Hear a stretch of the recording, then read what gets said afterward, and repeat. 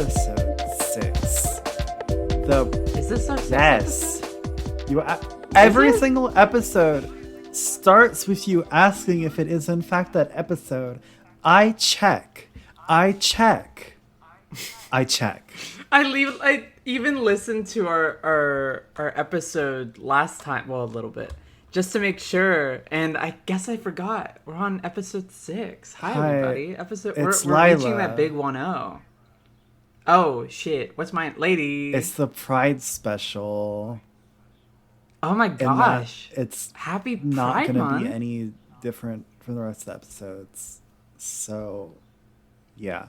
What would we? Okay, if it was different, what would we even talk about? I have no idea.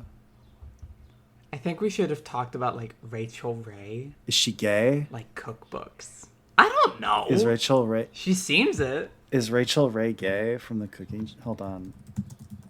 Rachel Ray seems like someone like there'll be an article on people.com that's like Rachel Ray opens up about her butch of 50 years. That's or some shit. Elvira. Oh my god, that's literally Elvira. You just regurgitated real life Elvira. Anyway, she's married to a guy named John. John Ray? No. Because Ray... Leota. No. Who? Which one is he? The actor?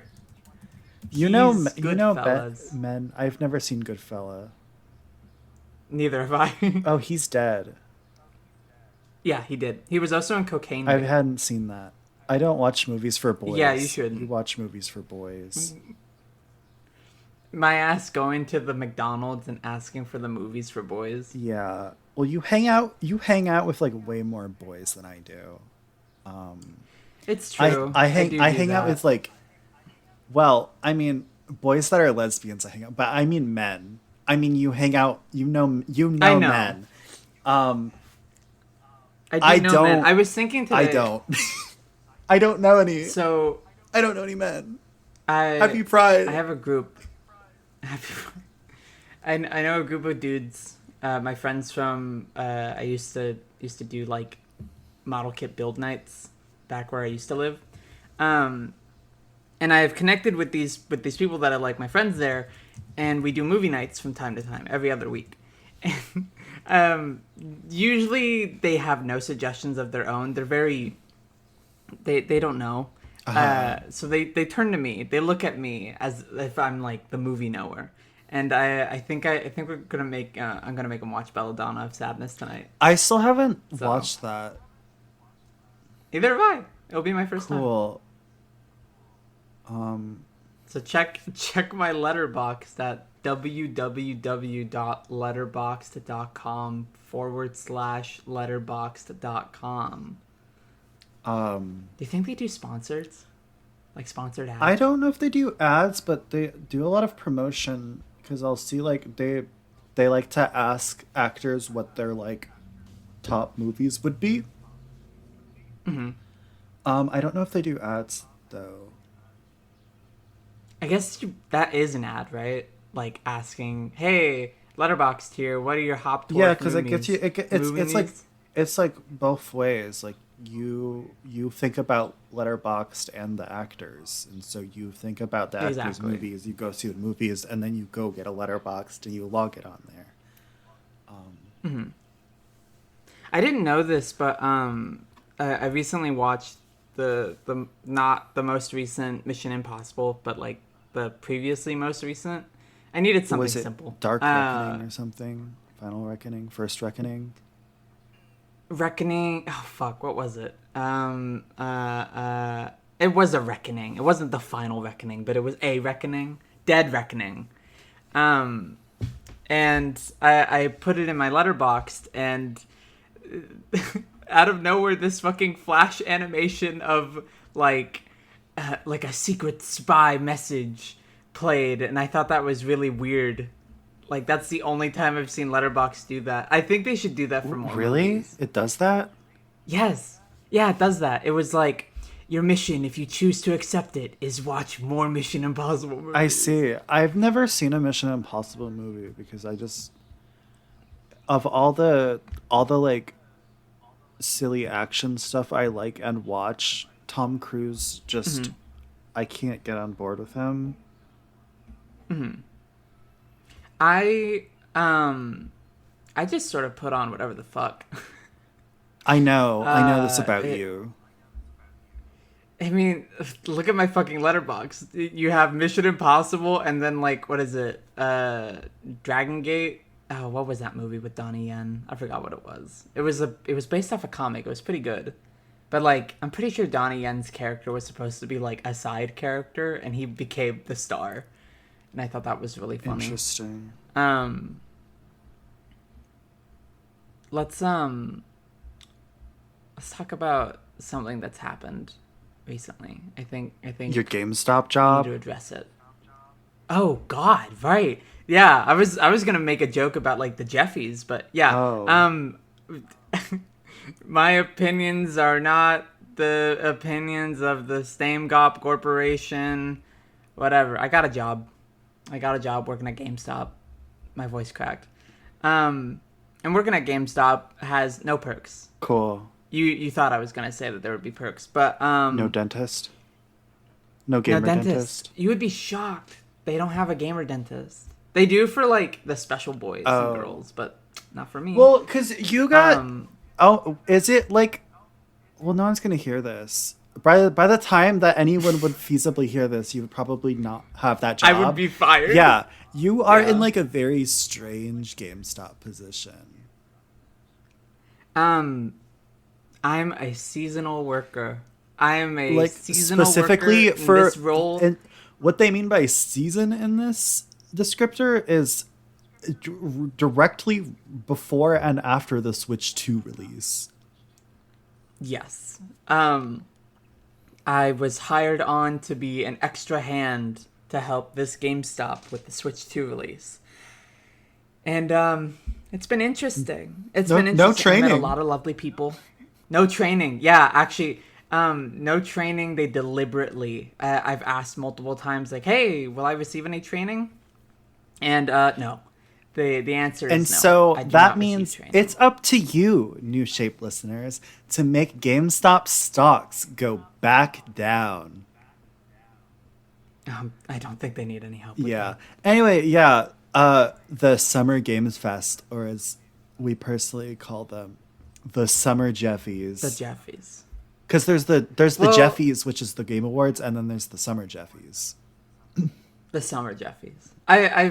This is related to my GameStop job, because at GameStop, for those who aren't in the know, there is I'm going to say brilliant, and what I mean is painful piece of advertising called the GameStop TV. And the GameStop TV has ads running from sunup to sundown. There is a loop of about 12 to 20 ads, all for different kinds of games. And would you believe it? It felt exactly like the Jeffies, the Summer Jeffies. Oh, yeah. You also said you were getting taunted by the new Mafia game soundtrack. Oh my there's like gosh. These specific strings that play like over and over and over. There's a lot of specific ads. The ones that I remember most are Frag Punk, which is a Valorant looking rip-off. Oh, that's the that one had an that ad. looks... It has some neat mechanics to it. Mm-hmm.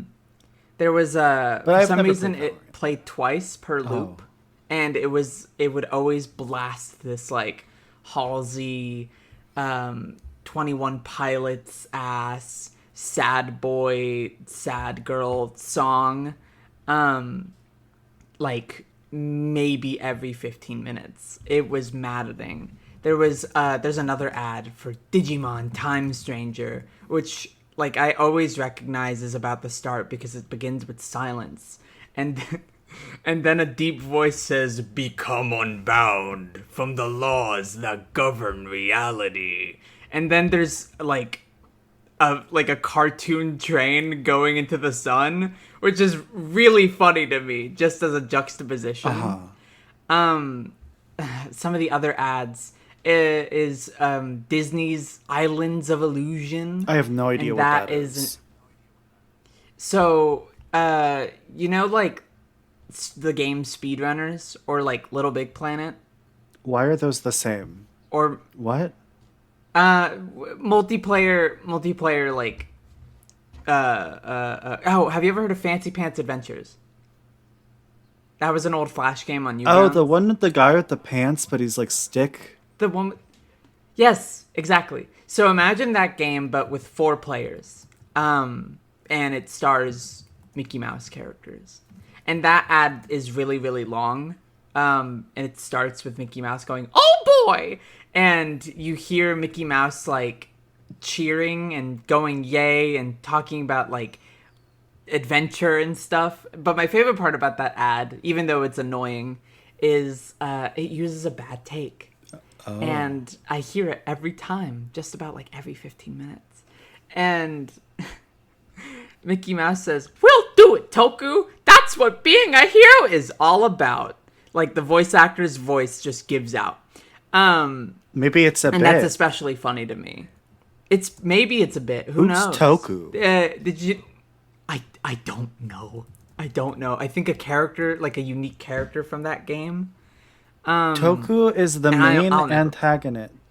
Okay, Toku is the main antagonist of the 2023 platform video game Disney Illusion Island. He is the leader of the Hokuns and invites Mickey and friends to Monoth to unknowingly steal the Tomes of Knowledge for him. Oh my god, yeah. And so that trailer begins with like I love villains.fandom.com. A record scratch joke where Goofy goes like, "What are we doing again?" And then you hear this fucking voice go, "You must travel the biomes of mana to retrieve the tomes of knowledge," which is just like not Mickey Mouse to me, which makes it especially skills, funny. Manipulation. Goals. Manipulate Mickey, Minnie, Donald, and Goofy into stealing the Tomes of Knowledge from the Biome Heroes. Succeeded. Crimes. Brainwashing. Theft by proxy. Whoa. Attempted property destruction. Assault by proxy. Attempted mass murder. Implied. Attempted homicide. Whoa. Implied. Petrification by proxy. War instigation. Type of villain. Manipulative leader. Gosh, Mick, wow. I'm a little scared. I'm not afraid of books. Okay. That's in the quotes. Is that your dom? Yes. Oh. I have a I have a rather fragile voice. I can't do that kind of thing. That's all I got. Okay. And then the last one that I hear super often is Mafia: The Old Country. Mafia: The Old Country. And Mafia: The Old Country is a trailer that begins with like these stringed instruments, violins, violas, cellos, whatever you have. And there's this mumbly voice is like loyalty and means everything Enzo. And it drives me insane because you hear these violins and then it goes into like the war drum section that every video game trailer has now. But my favorite part is like, who are these people? Do people care this much about Mafia? I don't know. I don't think so. Like, it's one of those franchises that it's like it exists, but I never see anyone. They're not like a diehard Mafia fan. To me, it's like a Saints Row where it's a no. What I mean by this is it's a Grand Theft Auto for people who are waiting for the next Grand Theft Auto. I would disagree. I know and have seen people who are like very like strictly and definitively into Saints Row specifically. In a way that I have not seen for Mafia. I think it's because Saints Row has a very specific kind of irreverence to it. I think like probably post the third like it became more of its own thing. Yeah, but For I sure. mean, even in I played the first two, and I would even Yeah. say those are like they Wait, definitely you played the first one? two the first two. I know, but you played the Yeah. first one. What was it like? What do you mean? So, I've been okay. The last time I did this was maybe 10 years ago, but I've been trying to find information about the first Saints Row, Why? and people just seemingly because I've been curious about it. I played Saints Row 2, and I was like, huh, if that's a 2, that means there was one before it. So I've been trying to look up information, and no one talks about it. Yeah, Instead, people will immediately start with Saints Row 2. that's because it's and I couldn't even find like a cover for it. it's on the Wikipedia page. What are you talking about? Well, you see, the last time I did this was... Oh, wait, not even 10 years ago. Like, 12 years ago, 15 years ago at this point. Well, the So, reason is it- because Saints Row 2 is multi-platform. Mm-hmm. Saints Row 1 was not. Was it, like, only on Xbox? Yeah, it was on Xbox 360 only. I see. So, you were saying you played the first two. Yeah, and I think they tend to go above like what Grand Theft Auto does in terms of like that kind of like humor, even in those games. Mm-hmm. Anyway, point is I've seen really dedicated Saints Row fans in a way that I have not seen for Mafia. That's So true. maybe Mafia really see a fans, lot if of- you're out there, Mafia fan, leave a comment. leave a comment. Get in the comment. Leave a Leave a comment. comment. And share with your friends. I don't really even see people as like dedicated fans of Grand Theft Auto. I think people are more dedicated to Grand Theft Auto as a platform. Yeah, well, I than think they are Grand Theft Auto as like a narrative. Well, I or, think like, that a Grand game. Theft Auto as like a pop culture fixture is one of the game series to like break out to the average layman person. Like it's one of those things where it's like The Joe. people know what it is. People buy a console for it, even if they're not going to buy other games, that kind of thing. That's true. I've just always been surprised at that. It's more on the lines of just I like, guess- like people who just like have 2K. Oh, yeah. I guess that makes sense. I've been curious about Grand Theft Auto simply because, like, I know a lot about what it inspired. Its XPs, like how it affected the game's market as a whole. Like Jak 2, for example, is the way that it is because of Grand Theft Auto 3, and because Jak 2 is the way that it is, that means Shadow the Hedgehog is the way that it is. Like I know about that, but I've never really seen anyone talk about the games like themselves.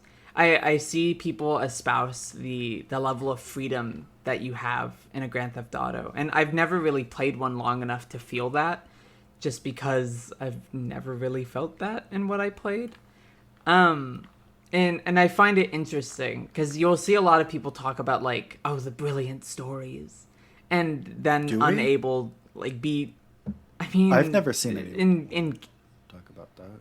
in games articles, I see a lot like, oh, Grand Theft Auto 5 has a brilliant story. I see. With 3 characters. And one of them is Michael, I think. And the other one is Trevor. And the other one is, I think, Franklin or something. I don't know. And I don't know anything about these characters. Or, like, anything about the plot, really. Which is just interesting to me. To me, Grand Theft Auto represents, I think, a step in the right direction. In theory, again, I haven't really played them. Just because I see so many people talk about freedom, but to me it's still so restrictive. Where, really, to me, simulational success in a game like that would be being able to go into far more buildings. That's... I know that's like an unreasonable want, but the artifice soon becomes clear as soon as like you realize, oh, none of these buildings matter. people aren't living like a life here or whatever. Like this isn't a simulation as it's argued to be. This is just a backdrop. Which is also how I felt about like Saints Row 3 when I played it. I see. And like Saints Row 4 and kind of LA Noire. But LA Noire is like a totally different thing. I don't know, man. I don't ever have that problem. Open worlds just never feel as lively as you don't really like be. them, yeah. That's true, but what I normally talk about with open, them, so I don't really have an opinion. I guess I do play a lot of them. And what I'm always thinking about in regards to open worlds is scale. But usually what I talk about is a lack of like fun activities to do. Most of it is checklists. But to me, open world, if it's to be like immersive and representational, it seems like a waste of resources to make such a wide open area without all this control. Because at some point, it just will feel like fake. At some point while playing Horizon Forbidden West or whatever, you're gonna hear the same dialogue over and over and see people do the same idle animations. And I'm not asking for them or for people to make even more. It's just it never feels like the living, breathing world that is argued. And immersiveness is sort of important to me. I think that's because they're trying to sell you a product. Oh, they absolutely are, yeah. Not because they're trying to tell you the truth. I feel like the most immersive games I've played, or at least the ones that I felt like, wow, what a place, are games like Max Payne is one that I'm thinking about, that I played relatively recently. That really did feel like I was like, oh, I'm interrupting people's lives, and that's like a fun feeling. Like, even though there's a lot of scripting in that game and very specific moments that I can interrupt, like, oh, these people are having sex, and these people are getting up from the couch, and these people are going like, it's pain. I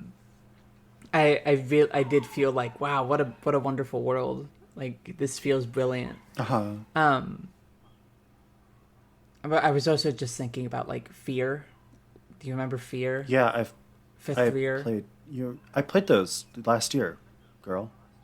I remember. I know. That's why I was asking if you knew, because I know you do. And I wouldn't call those like representational at all, but I think about that first game's atmosphere. Pretty cool. It does. Yeah, it is pretty cool. Like those are the most effective games for me. I really did not like the third one. I didn't like it either. I thought it was the second one was pretty okay, and I thought the first one was nice, and then the third one was just like really overstimulating in a way that I did not enjoy. It was just like running through all these places and blasting people, and I kept getting like Fortnite challenge style pop-ups on the side of my screen like all the time. That's so funny. And I couldn't even like finish it. I usually try to finish things, but that was when I dropped. I feel like you don't drop many games. I don't. I mean, I will leave them unplayed, but always with like a intention to go back. It's rare that I like sit there and I go, no, I'm never touching this again. Mm-hmm. Without like finishing it on some level, but I think in like if we're going off of like what's on my backlog, I think there's 3 games I have marked as dropped, and it's Fear 3, the Callisto Protocol, and Jak 2, which I know that's a controversial one, but didn't click with it at all. Oh man, I remember that you really did not click with Jak 2. I barely even clicked with Jak 1, so I think it was truly just like diminishing returns on my part. Yeah, Jak 1 I didn't finish. I did finish that one. I dropped on accident and then just never went back. Sorry, Chris. It's an okay platformer. I mean, I grew up with Ratchet and Clank, so in my head, I guess I was expecting that. Sonic. Sonic Heroes. Well, yes, but I mean, that's what I had. It was Sonic. Sonic Heroes is such a good song. Yeah. It is. Yeah. Hey, speaking of, Ichiban's in the new Sonic. Oh, yeah, we alluded to the Jeffries, and I remember us being into like exactly like 4 things, and it was the Ichiban in Sonic Cross Racing World, or whatever the fuck it's called, and then the new Street Fighter characters, the new Resident Evil, and Stranger Than Heaven. Yes, Stranger Than Heaven. Normally when we start a podcast, when we record something, Lila and I will convene in the DMs and we'll say, what the fuck are we gonna talk about? And I had suggested, like, what if we talk about the Summer Jeffies? And the thing about the Summer Jeffies is there's nothing to talk about. Yeah, it was interesting because I remember going into the State of Play right before it and being like, okay, well, the State of Play is probably not going to be anything too crazy because it's right before the Summer Jeffs. But then it was kind of the best one of the bunch. It really was. But also, I'm biased because they started with a new Luminous game. I was so happy about that. I'm a big fan. I've been playing it. Actually, when I got my PS Vita, and I blew like $100 on it. It came with a bunch of games, including Little Big Planet Vita, Little Deviants, and Luminous. And I played the shit out of it, and I was super, super into it. And I was like, wow, I've never really played anything like this. And eventually I got Luminous 2 on my PSP, and you know, I just sort of assumed series is over. It's never coming back.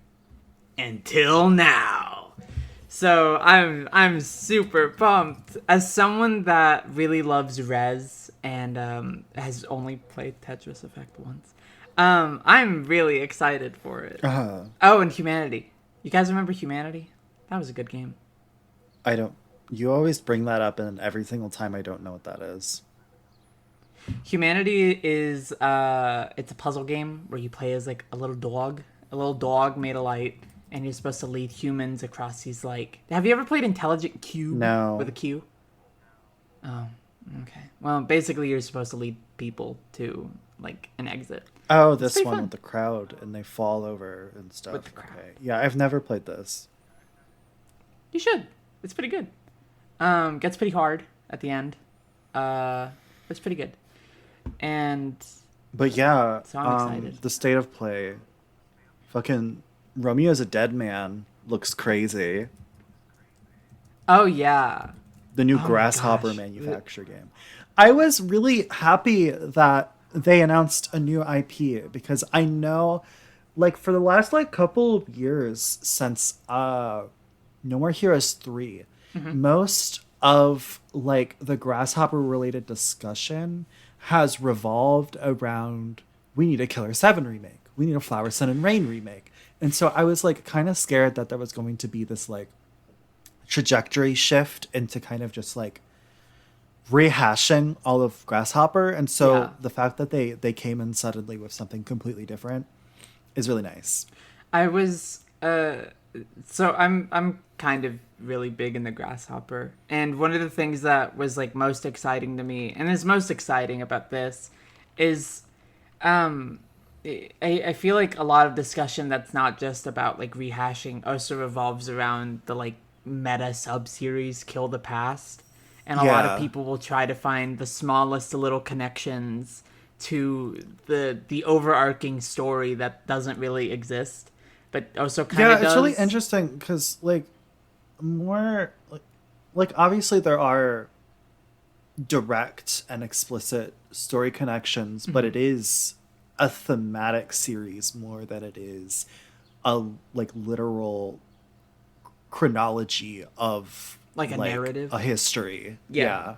Like, and not to say that there aren't elements there. Like, one of the things that I noticed almost immediately in the trailer is the right eye is mutilated and replaced, which is like a massive motif across Suda's games. But it just seems less like I think a lot of people expected, or at least a lot of like really big Suda heads expected No More Heroes 3 to be this kind of kill the past catharsis. Or like, Tokyo Morishima meets Travis Touchdown, which is really funny to me. You know, well, maybe they should be killing their past. So true. That's the thing that I feel like... Yeah, like I said that as a joke, but it's also kind of true. That it's like... the thing is, the catharsis point of Kill the Past is going to be when Suda51 retires from making video games. And... because then there won't be any. Yeah. Or at least there will be like, I don't know if, because obviously I can't tell the future, so I don't know what would theoretically happen to Grasshopper in 30, 40 years, but who knows? You know. I'm just excited for any new Grasshopper. Oop. That's a big ass truck. Whoa. Oh man. What color is it? What color is it? Black. It was black. It's an 18-wheeler. It's an 18-wheeler towing another 18-wheeler. It has 18 wheels. Wow. Oh, you should have seen that. That was so cool. I've never seen an 18-wheeler tow another 18-wheeler. Too bad I wasn't there. Oh, I love... Cars are so interesting. Anyway, Romeo's a Dead Man. It seems really exciting, really frenetic, really fun. I noticed Suda is only a creative director on it, too. So... Oh, really? Yes. I'm happy to see more talent across like Grasshopper. Yeah, that's one of those things where it's like people get really wrapped up in the theoretical auteurship that it's always really nice when you see like other people coming in on Grasshopper. It's similar to like when you watch like a Ghibli movie and people are always talking about Miyazaki, but then you watch like a different Ghibli movie directed by someone else and you're like, oh, this is great. And it's just nice to like see other people get to shine because it's like obviously Suda doesn't work by himself. Goro Miyazaki, I see you. Earwig and the Witch wasn't nearly as bad as people said. I don't know if I saw that. No one did. No one did. But also, my Ghibli watching has been I've been very slowly going through chronological, and I'm the next one I'm supposed to watch is Ocean Waves, but I haven't watched one in like a year, so because I've still like never seen Princess Mononoke or Spirited Away. Have you seen Nausicaa? What do you mean? That's if I'm going chronological and I'm in the 90s. Okay, yes. Yeah, I know. I figured that. But, like... Nausicaa's my favorite so far. I love Nausicaa so much. Anyway, Romeo's a Dead Man seems really, really cool and interesting and exciting and fun and frenetic and a lot like No More Heroes 3 in terms of gameplay and setting. But, you know, that's okay. Anthony Del Rio as Romeo is pretty cool. Also, what a fucking name. Romeo Stargazer. Romeo's a Dead Man. Like, I think we need more inventive names because at the Summer Jeffies, they announced a game called Chronicles Medieval as if that's anything. Yeah. I mean, you're always going to get good titles from Grasshopper. Oh, for sure. Liberation Maiden. Oh, I love that game. You ever played it? No. That was my first Grasshopper title. Oh, interesting. It was on the 3DS, and I'm like, oh, this art style is really reminiscent of Fire Emblem Awakening, which I just played, because it's the same character artist. And then I played it, and I was like, wow, this is super cool. But yeah, what else? That new Marvel game. What is it? Tokon Fighting Spirits? Souls. Tokon Fighting Souls. Tokon Fighting Souls. Okay. Yes. It looks crazy Oh, yeah. and chaotic. It looks fun. And I hope it's Coco Melon as fuck. It totally seems like it. Because it just, I really like the idea of them just going fully, because it's something that irritates me as Hashtag comics what'd you say? A hashtag comics girly. No. Oh. Not at all.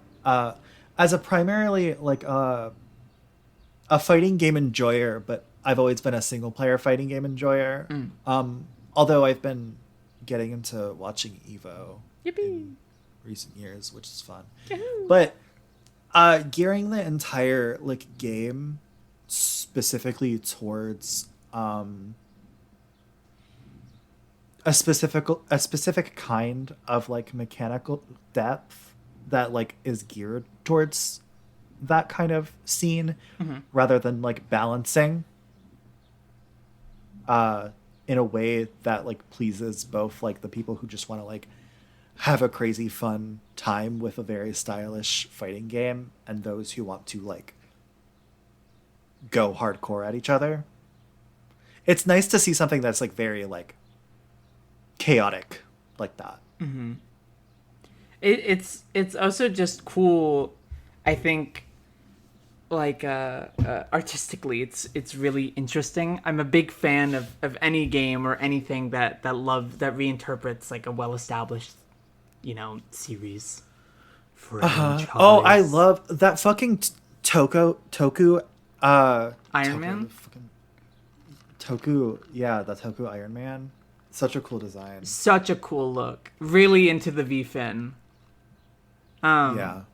Oh man. I'm also just happy that like it's allowed to be, bright, colorful, not realistic is the only phrase that's coming to mind. But I think about Marvel vs. Capcom Infinite, and I feel like a lot of the way that Marvel is represented in that game is supposed to be very representational. Like, look, everyone has really stock standard proportions and really flat-looking faces, and the maps are supposed to be like, oh, people live here. But then again, here's like Marvel took on Fighting Souls, and every building in the background has a unique silhouette. Shumagorath is just on a building, or is it Gargantuous? Fucking Kamala being in that game, Ms. Marvel. Yeah. And her like embiggening powers, where she like her shapes change in a very specific way that is like that is the reason why they changed her powers in the MCU is because that is a kind of power that takes a specific stylization. And so it's so nice that this is like her first fighting game because ArcSys are like really doing that kind of visual player justice. They are so good at using like forced perspective and other things. Like they really know how to make a 3D look like a 2D, and I'm super appreciative that they're making this. It's super exciting to me as someone that it was cool seeing the thing and being like, oh, they like literally like came to ArcSys and were like, do you want to take the torch for the Marvel fighting games? And they were like, yeah, let's do it. I'm really excited to see who's in it. I'm really excited too. I remember I was really into the rollout for Marvel vs. Capcom 3 and seeing all the characters get revealed. That was like a huge, like exciting moment for me. And so I'm excited to follow this one because I haven't really followed any like fighting game announcements closely. Like I'll see them. Speaking of, Ingrid is back. Ingrid is Viper. back. I was so happy that because people have like this weird disdain for Ingrid, but I really like her because you can't get me to hate women. So I'm especially excited. I mean, as I've played a little bit of Street Fighter 6, it's not something that fully interests me in terms of like, balancing changes and patches and etc. But my first thought upon seeing this new Street Street Fighter Pass, whatever it's called, is, ooh, I get to talk to Ingrid in World Tour. Yeah, well, that's the thing I was talking about being like a single player fighting game enjoyer, is that like a game like Street Fighter 6 has a good balance where the watching the Evo matches for it goes crazy and is really fun and you love to see it, but then it's not solely for that like Street Fighter 5 was. Street Fighter 5 had essentially nothing going on for it aside from like you could like do a thing and unlock a JPEG. Street Fighter 6 like has like strikes a really perfect balance of appealing towards the Evo crowd and the esports stuff without completely alienating its audience who aren't that. I was really happy about that. Yeah, because like I don't know, I grew up on playing a lot of Soul Calibur, which always had like these like expansive modes where you could just like play the game and like do fun shit and like explore the character's lore and stuff like that. And so the 2010s like very much shifted trajectory into being really bare bones in like, you know, character endings. You'll get this little like story thing, this movie. You get this playable movie, but then it never really felt very interactive on my part. And also the stories where I was just like, I don't know, these guys fight and then these guys fight in a way that wasn't framed in any interesting way. Not at all. Yeah. And so like fighting games were rough for me for a while because it's just like I'm not like a esports player. I don't play games online mostly. I'm someone that values like the toyetic nature of a game, and I find that, you know, single player offerings that are inventive are going to be like something I'm far more interested in than, you know, balance patches and getting really upset that Marisa was nerfed, although I am upset whenever she is because I like her. And it was really like I grew up on Smash, like playing Smash at like friends' houses and stuff, and I knew like the little challenge menus and stuff was always really exciting for me. And I play fighting games for like the story. So Street Fighter 6 being this game that's like, all right, we're continuing the story of Street Fighter that exists, and guess what, we're making a beat 'em up too. Who cares? Is like so cool. And you get to make your own freak? Like, you get to make your own freak. You get to make your own freak. And that's just really exciting to me, personally. And you can do a lot with that. I'm a big fan of like character customization in anything ever. So like being able to make like an OC, like a Street Fighter OC, an officially sanctioned Street Fighter OC is so cool. And yeah, that's never been my jam, really. Really? I'm not into character creators. Oh man, I so am. They're like such a fun toy for me. It's like, all right, here's a slab of clay. Start sculpting. I would have. Yeah, I mean, if I'm like forced to, it's like I will. But I mean, I play a lot of games mostly that are about like a specific character, and their like arc or whatever. But like I started Demon's Souls, not the remake, PS3 style, and I made like a weird freak who looked scared because I thought it fit the vibe of the game if she looked like a terrified prey animal. But she also kind of looks like a fish. Prey animal and fish makes sense. Yeah, she's very like Demon's Souls feels like a very damp game to me. Like, I don't know, like shit's molding, and you know, like water droplet sound, scary monster scream.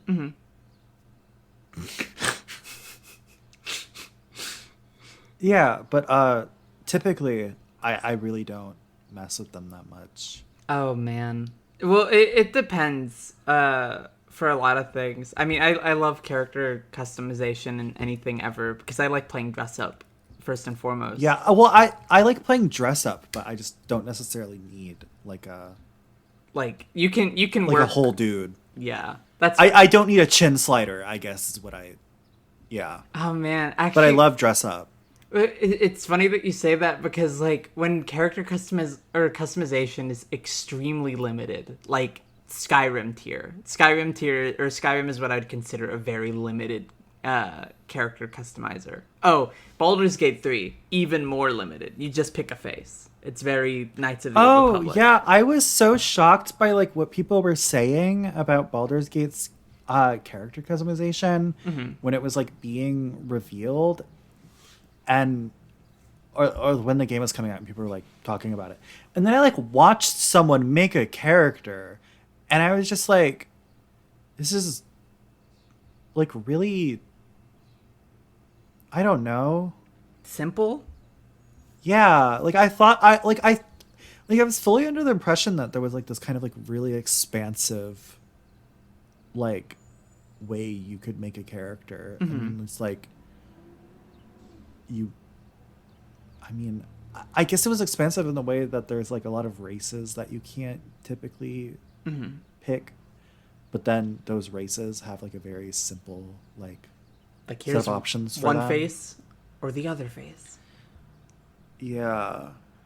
Yeah, I was really surprised too, just because like I don't know, the way that people described it, I thought it'd be like Dragon Age Inquisition or something.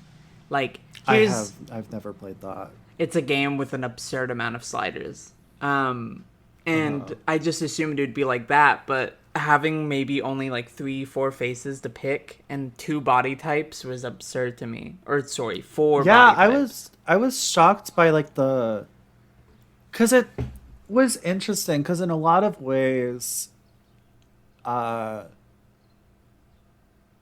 it felt like there was some things that you usually can't do, but those things were just those things and didn't really coalesce to like a large expansive character creator. It just like had some features you usually don't get. Yeah. For sure. But I don't know, Baldur's Gate isn't my thing. I'm not a D&D girl. You can't even play as a fat character in that game. That pisses me off. Yeah, I thought that was strange. Anytime you can't play as like a fat character, I'm just like I view the game as lesser. I think it's so fucking lame. I think Street Fighter 6 is a step in the right direction because you can make a fat character, but the only like the big disappointment in that is that none of the clothes really work if your character is fat. Yeah. And I hate that when games do that. They just like size. I know why they do it because it's very easy to just like resize clothes items, but like no one wears shit like this. Why are the boobs jutting out so much? Why does the shirt not look like ugh? One step by step. I think it's definitely an art that we still haven't mastered. For sure.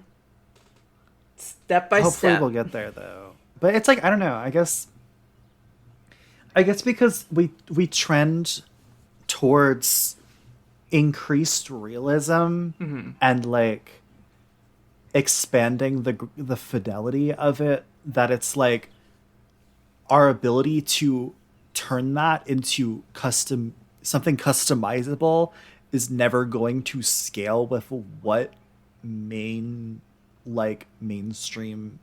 AAA developers are aiming for. For sure. Because we're never like going backwards and being like, okay, here's like a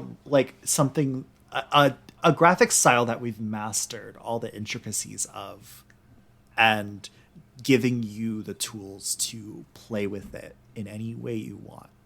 That's just not, Yeah, I know what you mean. Like it's very hard to. Because There's this thing in Spore. Spore. Will writes Spore. Max is a Spore. And the thing about Spore, and it's the way that it does character customization, is that they really have to find a balance between what was intuitive and what was fun, and what was like justifiable on a player by player basis. And the philosophy that they came up with was fun in a click is, I believe, what they called it. And they wanted the least amount of clicks to make something viable as a creature, because they knew that there would be, insane people who would spend hours and hours making their own little freak. But they also knew that more often than not, this would probably be someone's first game, and they needed a way for those players to be like catered to also. So making everything cartoony was one step for that. But I feel like a lot of character customization trends towards that. You can give these players these absurd tools, but more often than not, they're not going to be used. And I certainly don't use that.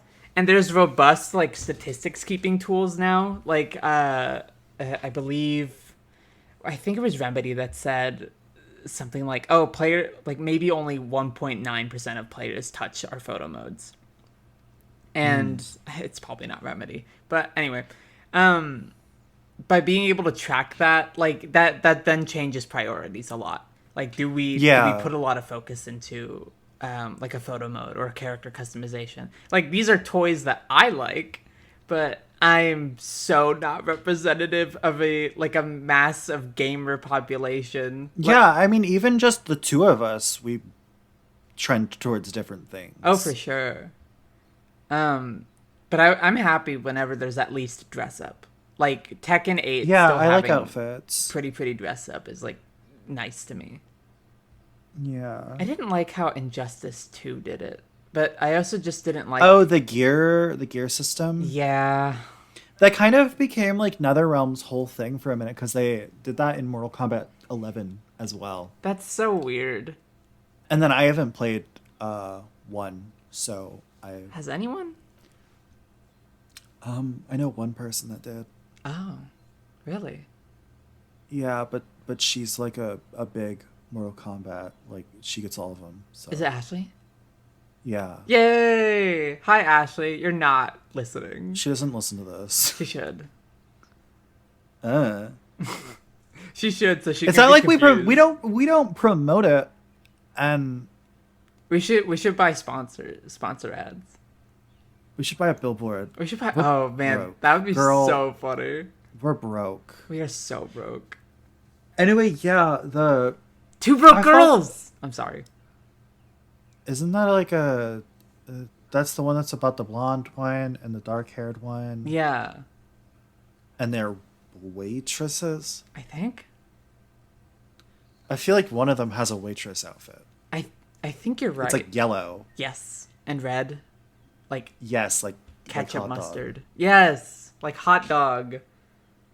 Yeah, maybe she works at a hot dog parlor. In the TV show Chuck, Yvonne Strahotsky's character, Agent Sarah Walker, her cover is working at a German-themed hot dog restaurant. Oh. I always got Chuck mixed up with Dexter. I also did. But I think it's just because it's a show with a name for a title. And it's a guy. And it's a guy. Okay, I'm not going to watch that. I watched, so I had a few DVDs going up, and I would just sort of rewatch them endlessly. And one of the DVDs one of the sets that I would rewatch endlessly was the first season of Chuck, a show that, I as a kid enjoyed the first season of, but it's very nothing. I've never seen it. It's nothing. It's just really funny to me that the Chuck guy is now that alt-righter Trump head. Oh, I see. Post Shazam, he got weird. Wait, he's Shazam guy? Yeah, he's Shazam guy. His name is Zachary Levi? Yes. That's his name? Mm-hmm. Okay, good, because I always get him mixed up if it's a different guy. I wonder what Yvonne I don't Strahovski's is doing nowadays, because she was in Mass Effect for a bit. Oh. She played Miranda Lawson. Oh, I remember her. Yeah. She was cool. Um, I always felt bad whenever the camera would like show her ass when I was playing that. Oh. Yeah. Whoa, she was Aya Brea in the Third Birthday. Whoa, really? Yeah, that's her only non-Mass Effect video game role, is that she was Aya in Wait. the Third Birthday. Holy shit, that's awesome. Oh my god. Yeah, you should get your copy signed. Could you Can you imagine? Yes! But also, I would want to, just because I am like an honest to God Third Birthday defender. As you should. But also, I do just really like Hajime Tabata's entire like Gameography. game. Yeah, all his direct, like, I love my Crisis Core. Love my Type 0. Love my Third Birthday. And then 15 happened. Yeah.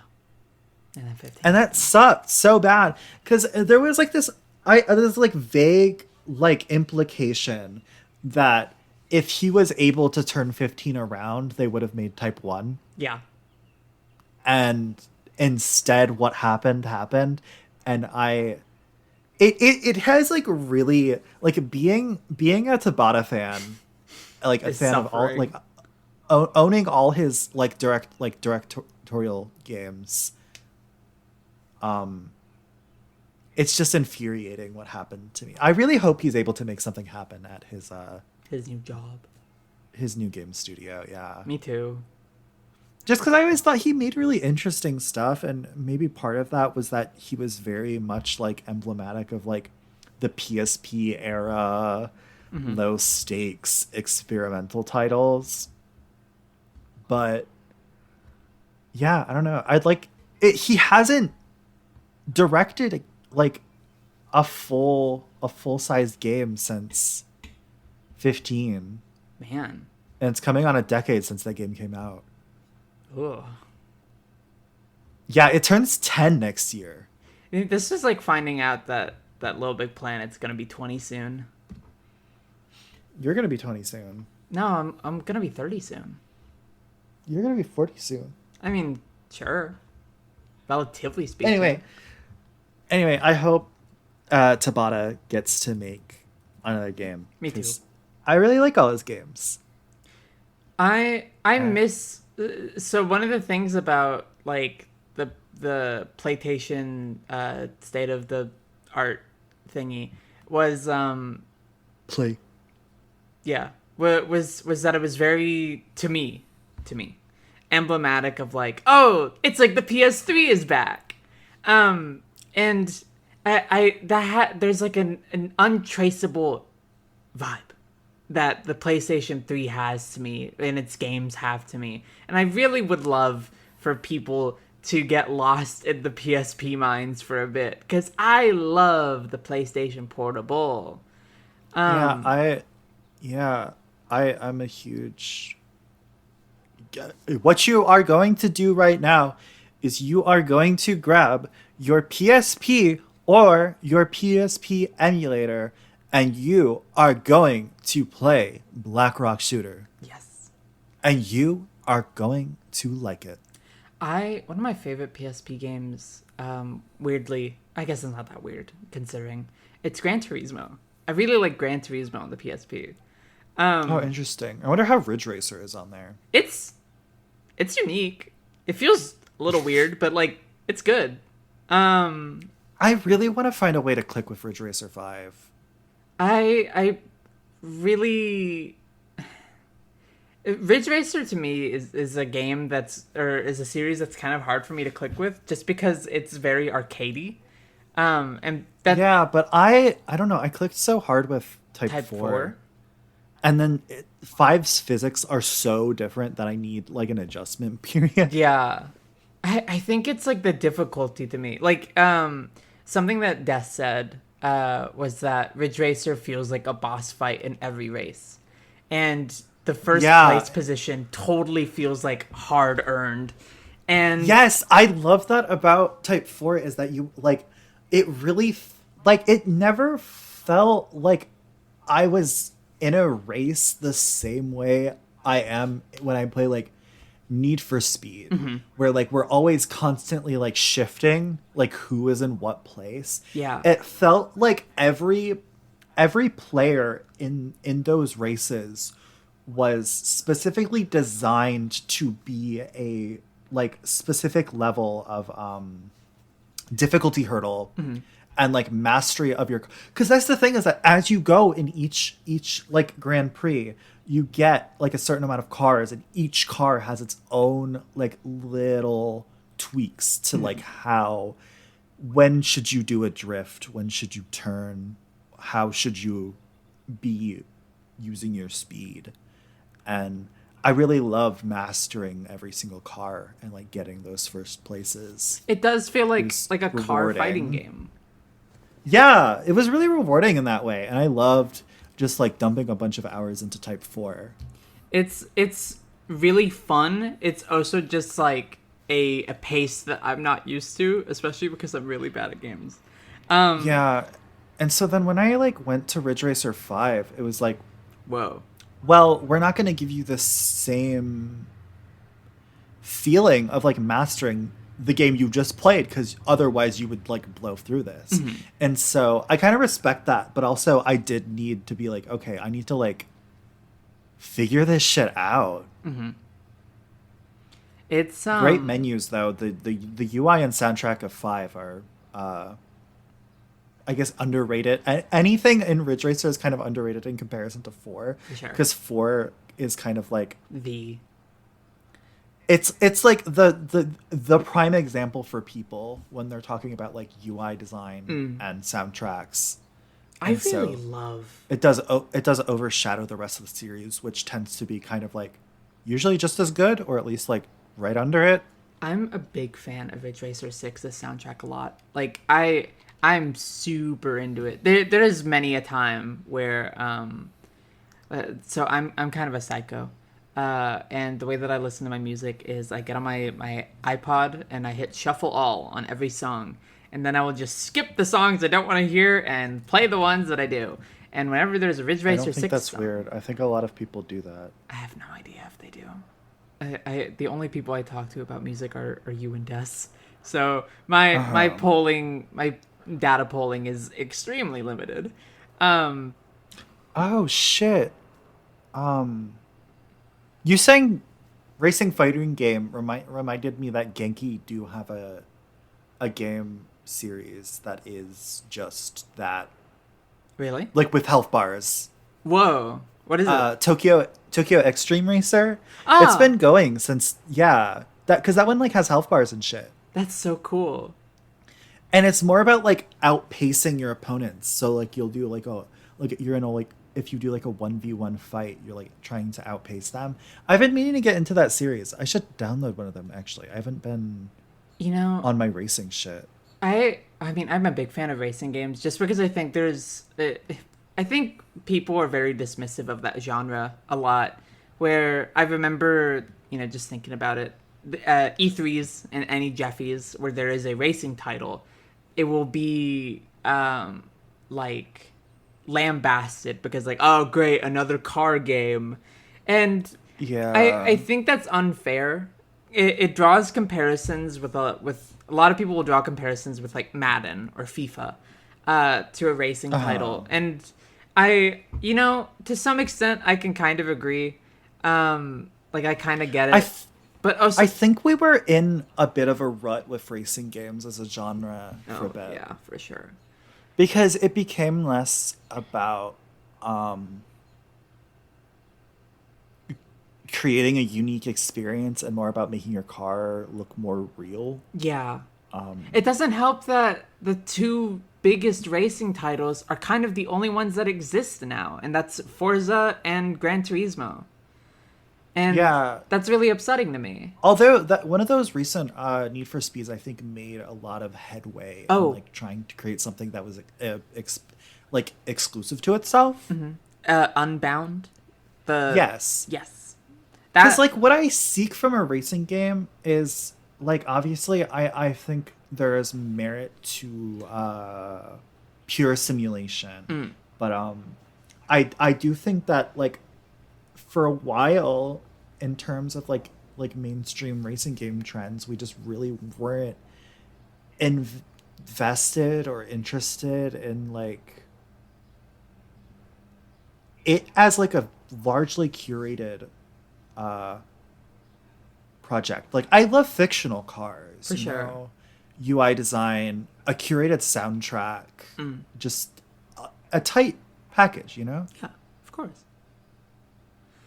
When yeah, it just things felt very indistinguishable. Formulaic. Yeah, I get you. I'm also just like not a fan of how honestly lately how Gran Turismo or Forza portrays itself.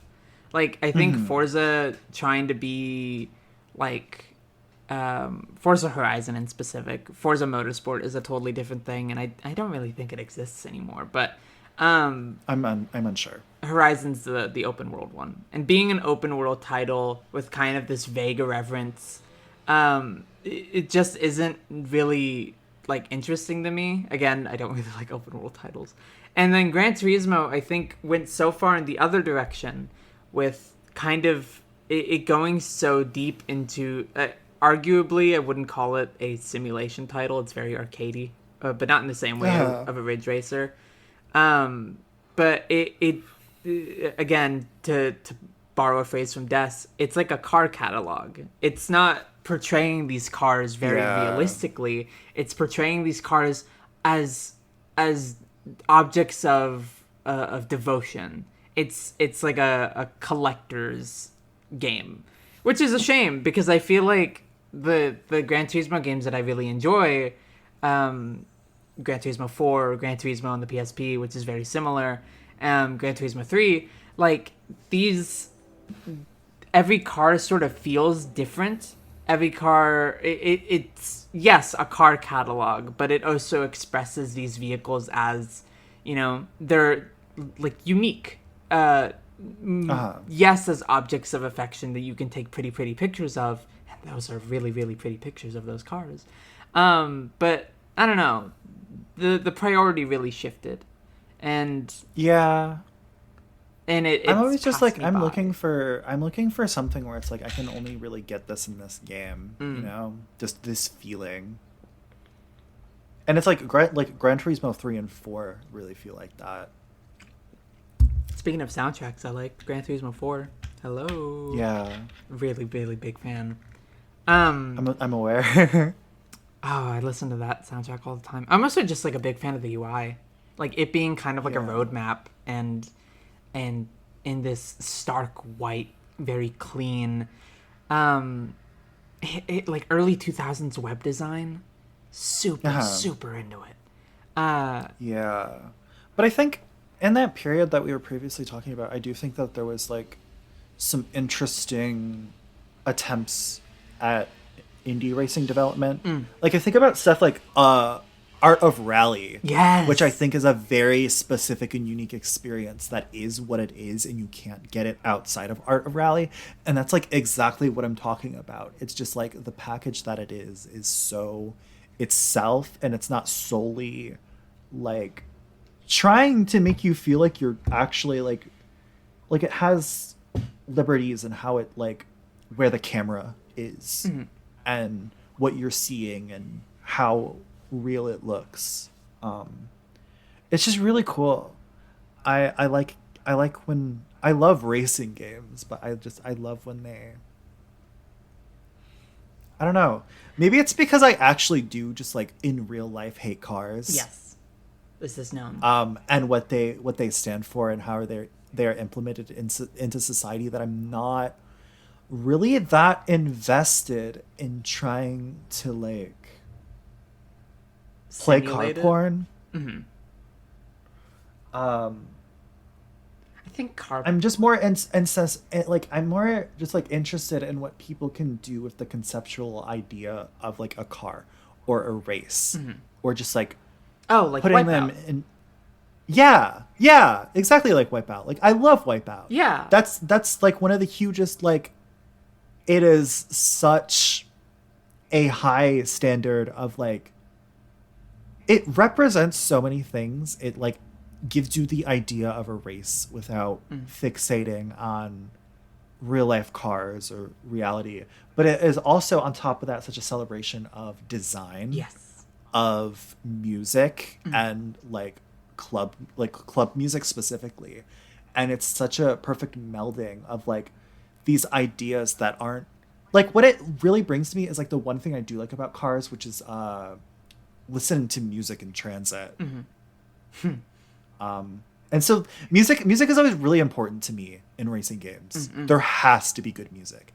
If nothing else, there needs to be a good soundtrack. I feel very passionate about this. I've always wanted to curate like one of my pipe dreams on my list is that I would love to curate a racing game soundtrack. I love that. One day in my life.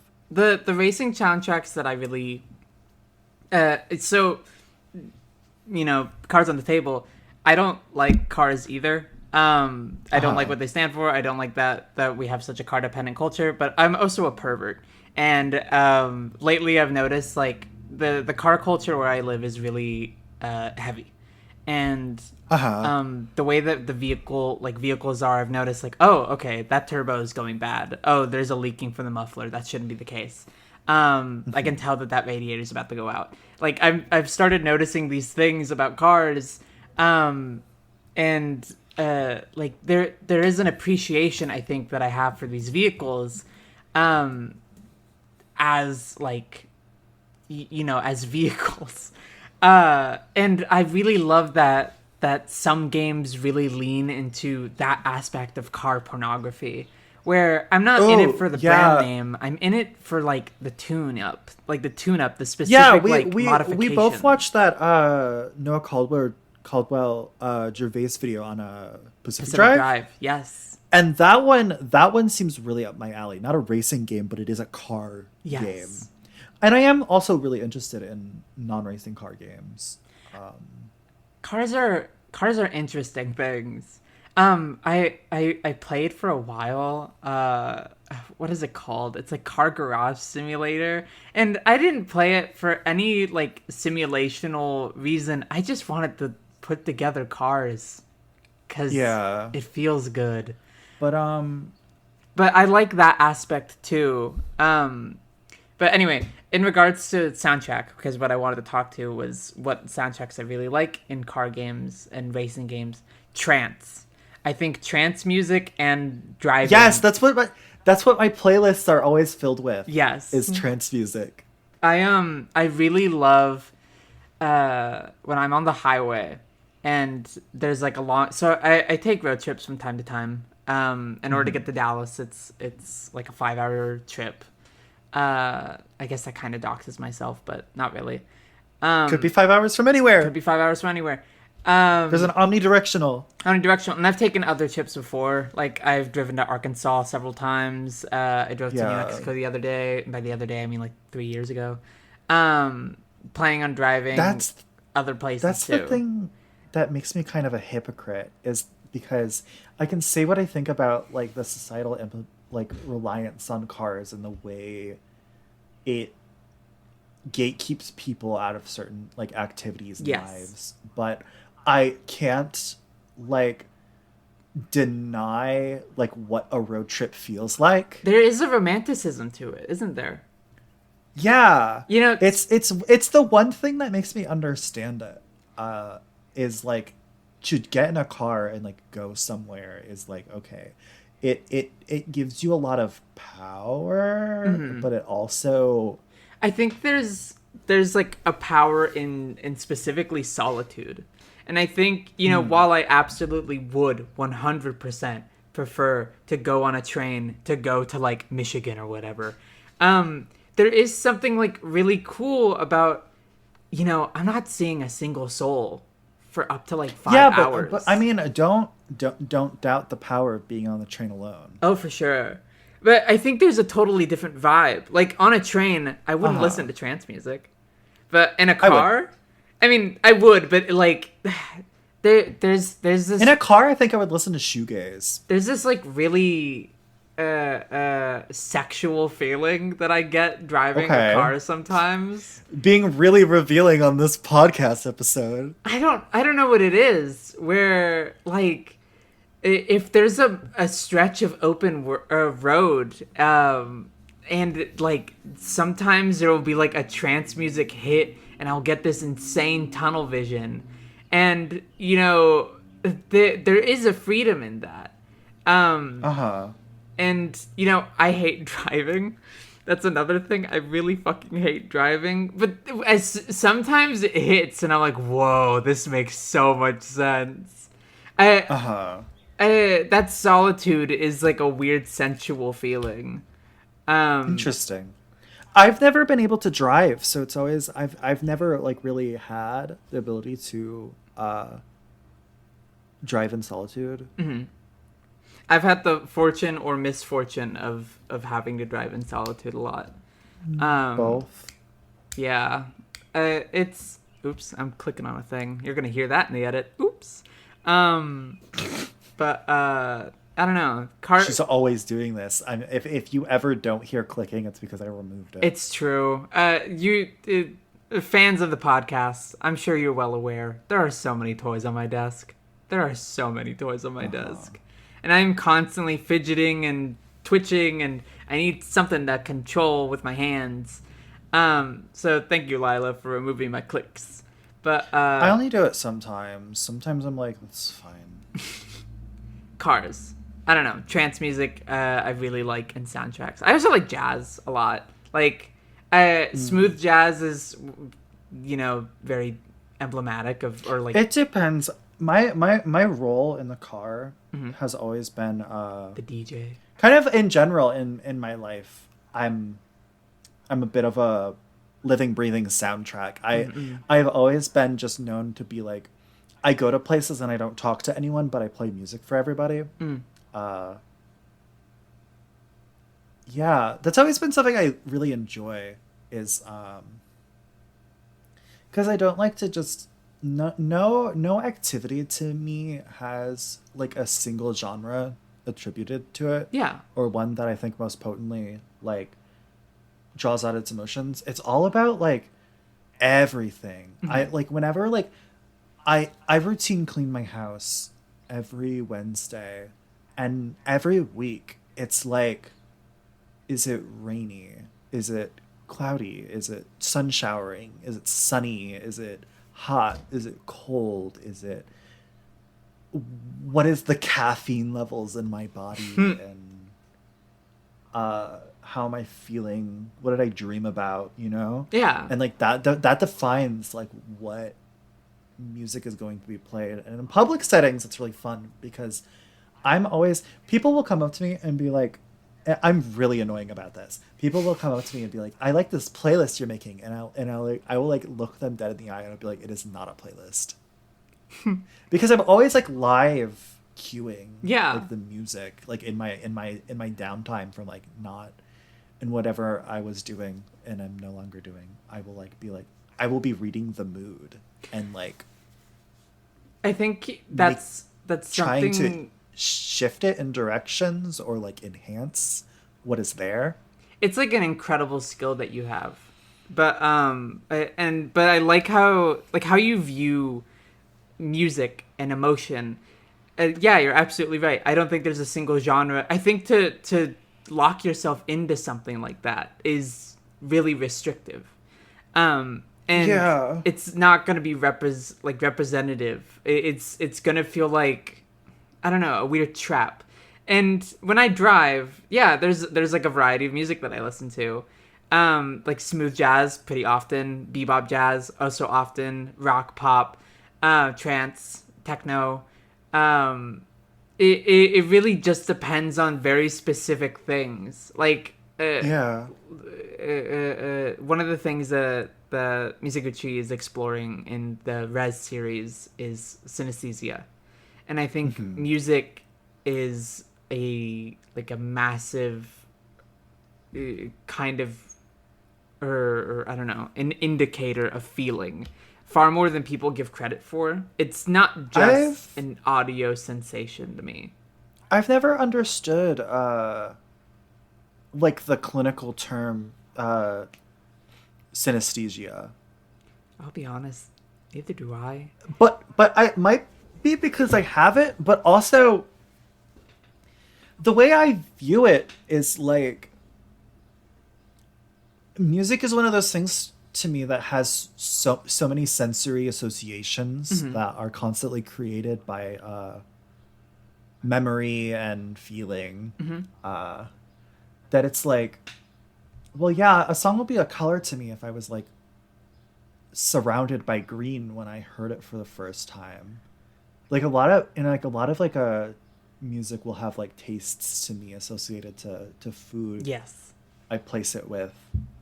And so to me, it's just like synesthesia is an interesting term to me, or like the idea of it as like a diagnosable thing, because to me it feels just like a human experience. Yeah. Of like a sensory association, because all of your senses are always in conversation with each other, and like, do people not? Yes. If people just don't sometimes. Huh. This was like finding out. My dear friend Des, I believe we talked about this a couple years ago. The way that our imaginations work, Butch. Your Butch. The way that our imaginations work are totally different things. Like whenever if you ask me to imagine an apple, I can immediately picture one, and I can see that like there is a rim light bouncing off of it. I know that it's red. I know that it is a deep red. And I can see the stem, and I know that it was recently picked. For Des, it was an entirely different thing. And that was really weird to me because it's not something that I ever really considered that could have a difference, you know? Yeah, that's interesting. Just like the way that we perceive these things, these like, and it's always hard to describe. For sure. Because it's like, it's like this, just the senses, you know, that's just like how it is. It's my second nature. Like my first nature. It's one of the natures. Like even Chris and I, like, will just have these radical differences in how we perceive things, and I think that's so cool. It's one thing. It's like a million things that connect to one another, and that's why I really love. Like I don't know. We're getting to the conversation that we get to all the time, which is the soul of art. But I think I just love music. Yeah, there's so much more. I don't talk about it a lot on the pod. I mean, you could.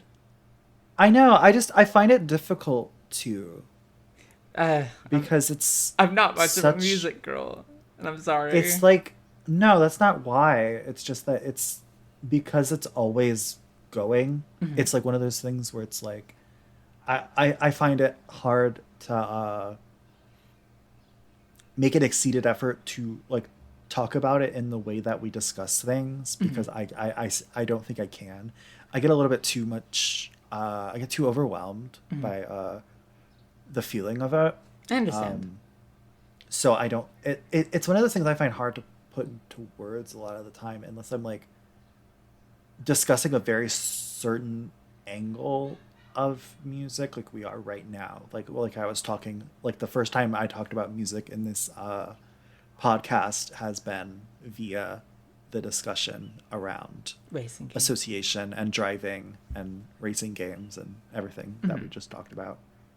I think like that makes sense. And I know that you've talked about this sort of thing before, and I don't know if it's the same for you or if music is included in this, but I know that you were really excited to start talking about like comics and stuff in a very official capacity, but then you said, like, I don't think I could do that with movies. I really enjoy keeping that to myself. Do you find that music is like that?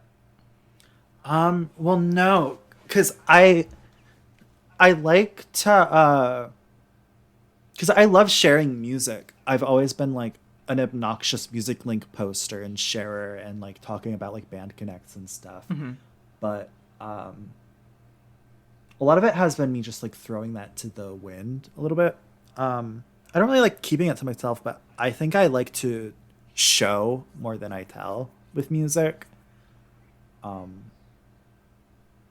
Like I can't tell you like how a song exactly makes me feel, but I can sit with you and play it and feel it, you know, and try to like spread it. Mm-hmm. But yeah, it's not something I really like. Also because I'm not really like a music theory nerd. Oh yeah. I think that's a totally different thing. I'm more into like cultural significance and what it does to people. Yeah, like that. But I don't know. Because I mean, I like can talk about movies, and I do talk about movies on here. But with movies, it's just I'm not really interested in making that a professional thing. Yeah, or like even like I don't know, because there are a lot of things I want to do that I don't really care about the what comes of it. I mean, we do this and nothing comes of it, and we have fun. Yeah. But actually, Lila, you're not gonna believe this. I got an email from Mr. Sponsor. Oh, I think you did this bit before. Fuck. Anyway, you were saying. Oh, just that I like movies from like a purely a hobbyist position.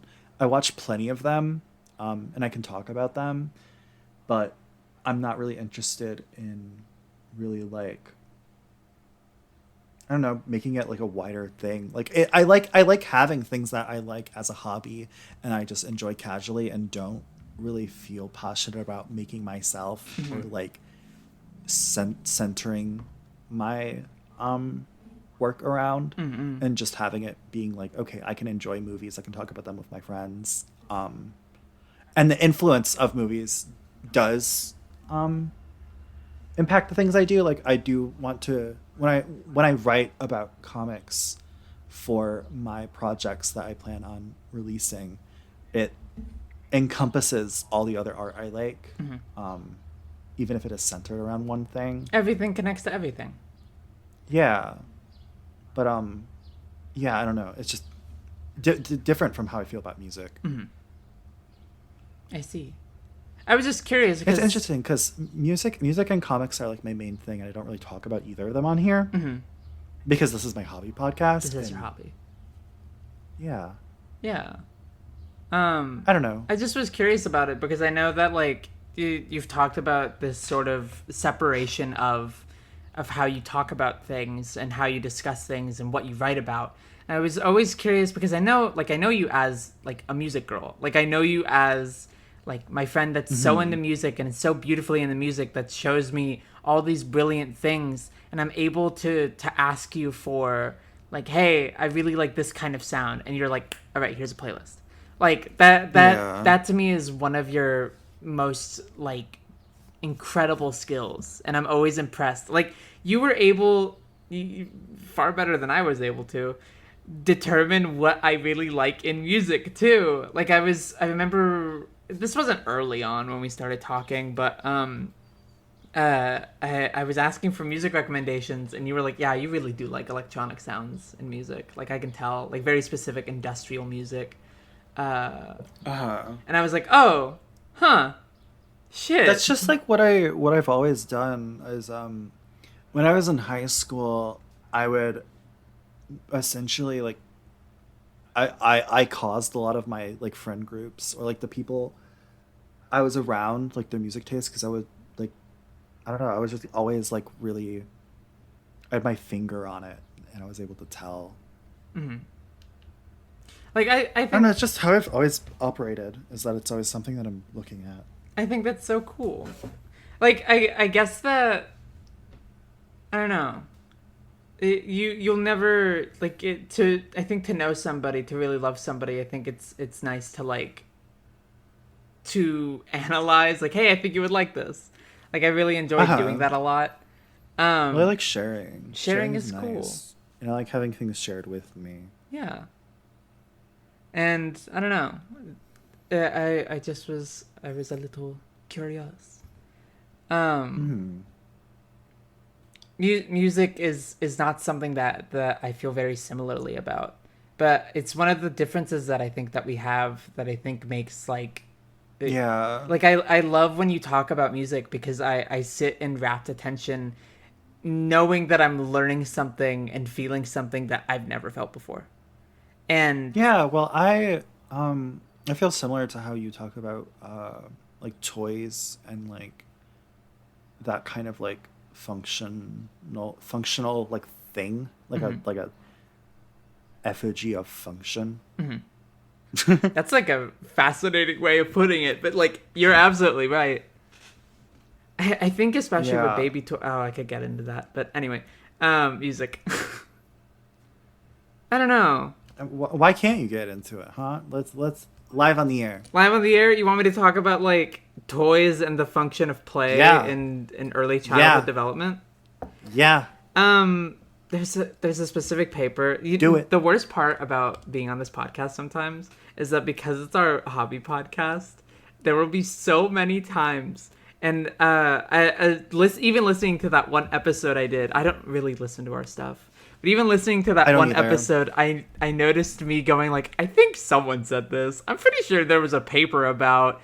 But I think play is really important to like specifically early childhood development because there is this mess of feelings that children have that they do not know how to process and handle. And I think when, and this will happen a lot with parents, they don't even know how to understand that their child is learning to sense for the first time.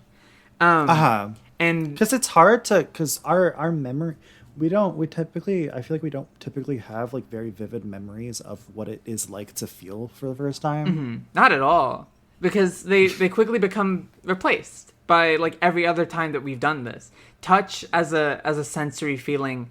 Like, imagine you're born and the first things you feel are like either your mother's touch or a doctor's touch, like removing you. Like, what is that sensation? Like, you've never known touch before. You've never known sound. Yeah. And I think, like, as children grow and develop, toys can be this, like, an easy learning tool for basic manipulation. Like, basic manipulation, language learning, it's why, like, kindergarten exists. Motor function. I think a lot of people will only focus on, like, the motor aspects of, like, toys. But I genuinely think, like, there's far more to it. Like, color-based toys are another popular thing. And chewing. Oh, man, so much chewing. There's a lot of, like, teething toys.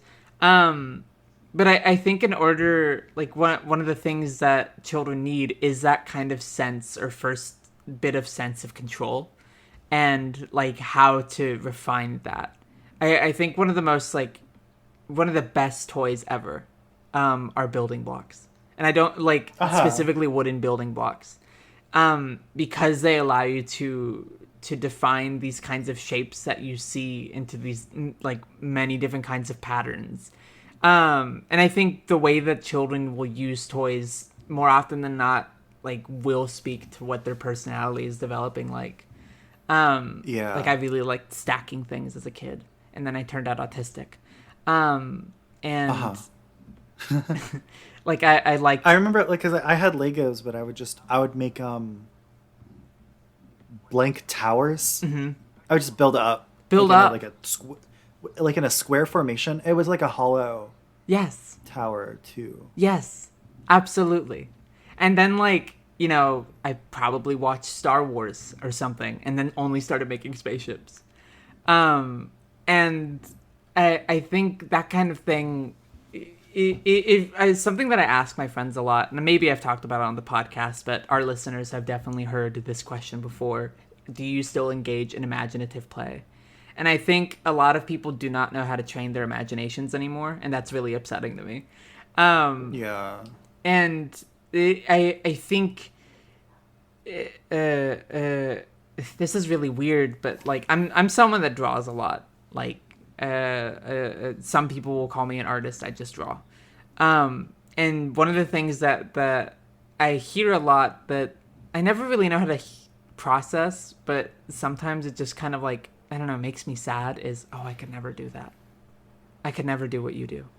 And I don't like that because it implies that what I do is somehow unreachable.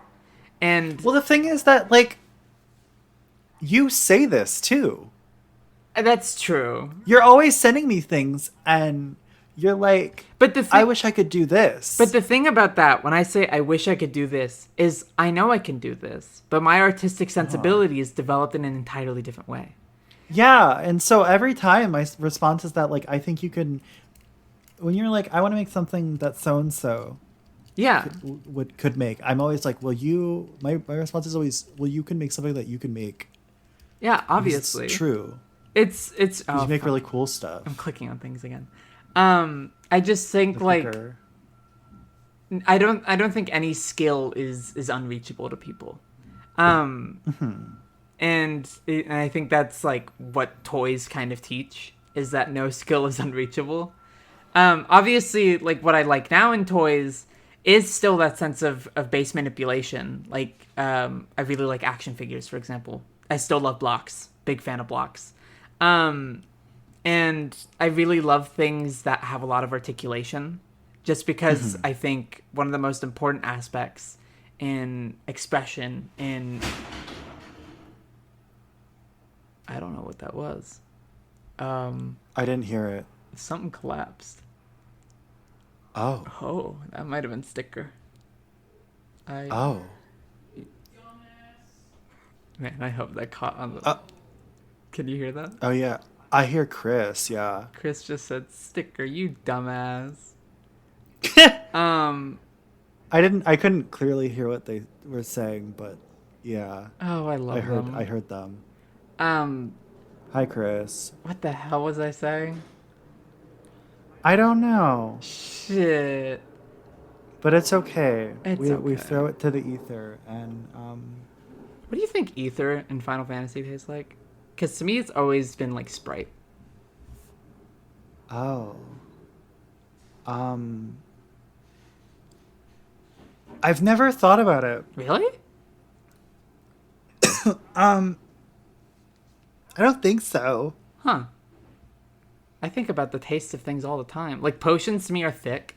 Like potions have to be thick. Oh, really? Yeah. Like I think I've always thought of them as being really light. Like medicine to me.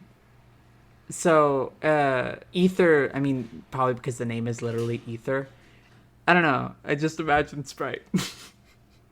Like Sprite, but thinner. Have you ever heard of like a gastropub? No. It's this bizarre kind of pub bar where the idea is that you drink things, like you drink alcohol, but in really obnoxious ways. I see. So they'll be like, oh, here's a hoppy beer, but it's like as a gas or some shit. And to me, that I'm imagining like ether being like a gaseous form of Sprite. Huh. And that's interesting. Phoenix Downs probably feel like, I don't know. I feel like it's probably a warmth that starts from the heart and just spreads out. Well, that makes sense because you're coming back to life. Yeah.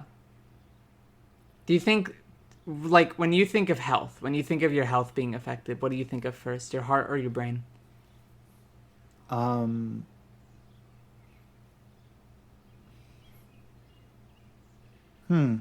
guess my heart, but that's because I have more heart problems than I do brain problems. I was about to say I also feel the same about my heart, but that's because my chest has really been hurting lately. Yeah. Okay. Interesting. I don't know. I've been thinking, I ask a lot of dumb questions because I love to know how people see the world. Yeah, I know this about you. I'm the kind of person, like, that I will cook my noodle if I think about like, fuck, is this color of purple that I'm looking at right now the same color purple that Lila can see? Fuck. And I don't even need to be high for that. I think it is the same, but I think we might feel different about it, you know? Oh, for sure. Which will, in turn, make it not the same. I'm going to be on this for hours now. You want to know what's also been in my head throughout this entire podcast? What? Mafia: The Old Countries trailer. That and also Digimon Time Stranger. What, just, how do you sell a game like that? Because I just wouldn't expect it to start with become unbound by the laws of reality with a cartoon train hitting a cartoon sun. I mean, hey, it's in your brain. You know, it is in my brain, but that's because it's on repeat every fucking 15 minutes. Oh my gosh. Working at GameStop, we'll have you thanking like the smallest bits of difference. Because my most recent shifts, the GameStop TV has been broken. Oh. Yeah, so like a stretch of about 3 minutes, 27 seconds will just have no audio. And, well, really, really low audio. And it feels so good. It feels so good. The brief reprise. The brief. So, yeah. I guess that's the lesson of this episode is don't get a job at GameStop. My opinions don't shit and fart the opinions of the GameStop Corporation or whatever. If they heard this, they would probably fire me on the spot. Yeah, and I think that's the episode. I think that is the episode. Do you have anything I to plug? do think that's the episode. No. Maybe next time. Maybe next time? We did that last time. You don't have anything to plug today? No. Watch Metropolis, the 2002 movie directed by Vintaro. Oh, watch the live action Cashern movie. It has a weird brief stop motion segment that solely takes place in one character's mind.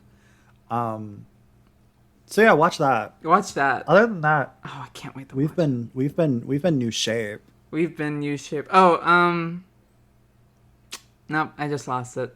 Don't forget to